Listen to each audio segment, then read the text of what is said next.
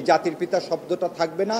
সারা বাংলাদেশে যে একটা মিথ্যা ইতিহাস শুরু হয়েছে, শেখ মুজিবুর রহমানকে জাতির পিতা বলা, সেই ইতিহাস থেকে আমরা মুক্তি পাবো। যে আমাদের কনস্টিটিউশনে এবং ৭২ সালে ১২ই জানুয়ারি যতগুলো গেজেট প্রকাশ হয়েছিল, প্রতিটা জায়গায় বঙ্গবন্ধু বলা ছিল শেখ মুজিবুর রহমানকে, কিন্তু এই জাজমেন্টে খায়রুল হক সাহেব তাকে জাতির পিতা বলে সম্বোধন করছিল।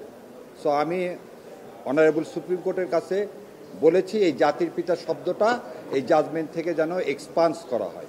আজকে এই 13 অ্যামেন্ডমেন্টের শুনানিতে আমরা দুইটা জিনিস চাইছি। একটা হচ্ছে এই জাজমেন্টটা বাতিল চাইছি এবং রেস্টোরেশন মানে তত্ত্বাবধায়ক সরকার পুনর্ব্যবস্থা ফিরে আসুক, এটা চাইছি। এবং এখানে আর একটা বিষয় ক্লিয়ার করা দরকার, এই তত্ত্বাবধায়ক ব্যবস্থা ফিরে আসলে এই ইন্টারিম গভর্নমেন্টের কোনো নেচার চেঞ্জ কেউই আমরা চাইনি এবং এটা করাও সম্ভব না। দ্বিতীয় আর একটা, যে আমাদের কনস্টিটিউশনে এবং ৭২ সালে ১২ই জানুয়ারি যতগুলো গেজেট প্রকাশ হয়েছিল, প্রতিটা জায়গায় বঙ্গবন্ধু বলা ছিল শেখ মুজিবুর রহমানকে, কিন্তু এই জাজমেন্টে খায়রুল হক সাহেব তাকে জাতির পিতা বলে সম্বোধন করছিল। সো আমি অনারেবল সুপ্রিম কোর্টের কাছে বলেছি এই জাতির পিতা শব্দটা এই জাজমেন্ট থেকে যেন এক্সপান্স করা হয়। উনি আর একটা ইতিহাস বিকৃতি করেছেন। উনি বলেছিলেন পাকিস্তান সারেন্ডার করেছে বাংলাদেশ এবং ইন্ডিয়ার যৌথ বাহিনীর হাতে, যেটাও একটা মিথ্যা কথা। পাকিস্তান সারেন্ডার করেছিল জেনারেল অরোরার কাছে, সেখানে এমএজি ওসমানী উপস্থিত ছিলেন না। আমি এই শব্দটাকেও এক্সপান্স করার জন্য বলেছি। আশা করি আপনাদের এই বিষয়ে আর কনফিউশন নেই। ওভারঅল এই তত্ত্বাবধায়ক ব্যবস্থা পুনর্বহাল চাওয়া হয়েছে এবং যাতে এটা নেক্সট ইলেকশন থেকে এটা বলবৎ হয় এবং সেটা এই বাই দিস টাইম, যদি আমরা বলছি যে এই যে কেয়ারটেকার গভর্নমেন্টের যে আপিলটা অ্যালাউ হয়েছিল, এই আপিলটা খারিজ করতে হবে। এটা ডিসপোজ অফ করলে হবে না, কোনো অবজারভেশন দেওয়া যাবে না। হয় এটা অ্যালাউ করবে, না হলে খারিজ করবে। অবজারভেশন দিতে গেলেই জাতি বিভ্রান্ত হবে।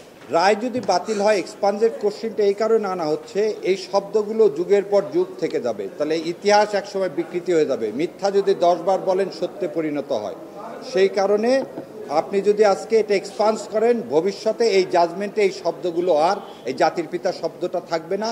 সারা বাংলাদেশে যে একটা মিথ্যা ইতিহাস শুরু হয়েছে, শেখ মুজিবুর রহমানকে জাতির পিতা বলা, সেই ইতিহাস থেকে আমরা মুক্তি পাব। এটা ওখানে দুইটা অথবা আছে, আপনাকে প্রতিটা জিনিসের একটি টাইম লাইন থাকতে হবে।